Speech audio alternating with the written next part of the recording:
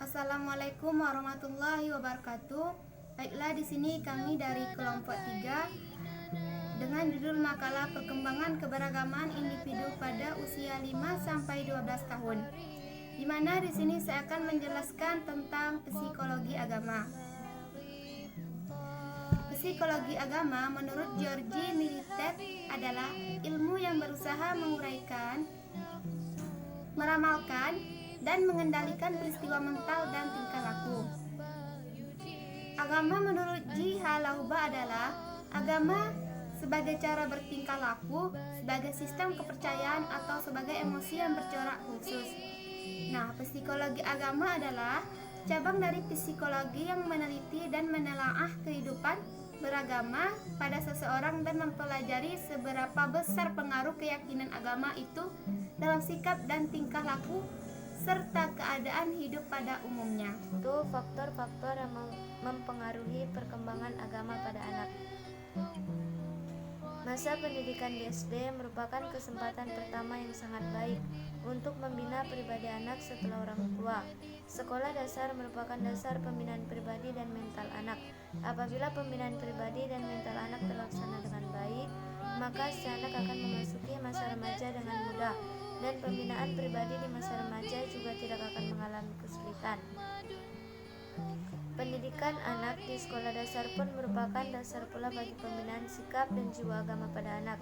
Apabila guru agama di SD mampu membina sikap positif terhadap agama dan berhasil dalam membentuk pribadi dan akhlak anak, maka untuk mengembangkan sikap itu pada masa remaja akan mudah, dan si anak telah mempunyai pegangan atau bekal untuk menghadapi berbagai goncangan yang biasa terjadi pada masa remaja. Anak akan bersifat sama sopan dan hormatnya kepada orang lain seperti kita kepada mereka. Jika dibesarkan di lingkungan rumah di mana mereka diperlakukan dengan penuh kewibawaan, kebaikan hati, dan rasa hormat, akan besar pengaruhnya terhadap cara mereka memperlakukan orang lain. Mereka akan sampai kepada keyakinan bahwa begitulah cara mereka harus memperlakukan orang lain.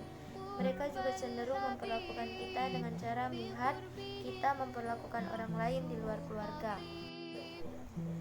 Pendidikan agama Islam memberikan dan mensucikan jiwa serta mendidik hati nurani dan mental anak dengan kelakuan yang baik dan mendorong mereka untuk melakukan pekerjaan yang mulia.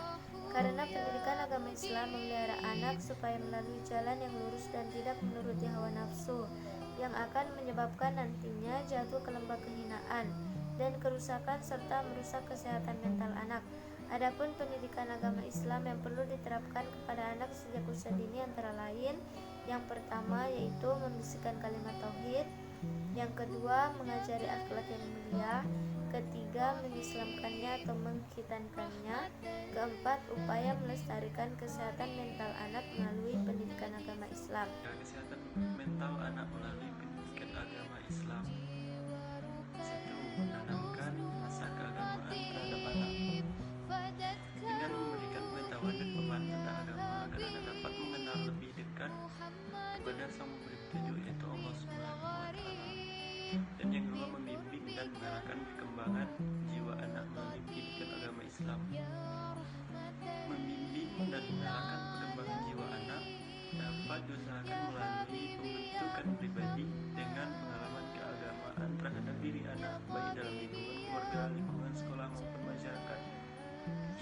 Lingkungan atau lingkungan yang banyak membentuk pengajaran yang bersifat agama, contoh pondok pesantren dan sebagainya. Tiga, menanamkan etika yang baik terhadap diri anak berdasarkan norma-norma atau aturan-aturan keagamaan. Perkembangan agama pada anak sangat ditentukan oleh pendidik dan pengetahuan yang dilaluinya, terutama pada masa pertumbuhan yang pertama atau masa anak dari umur 0 sampai 12 tahun. Oke, mungkin sekian video dari saya.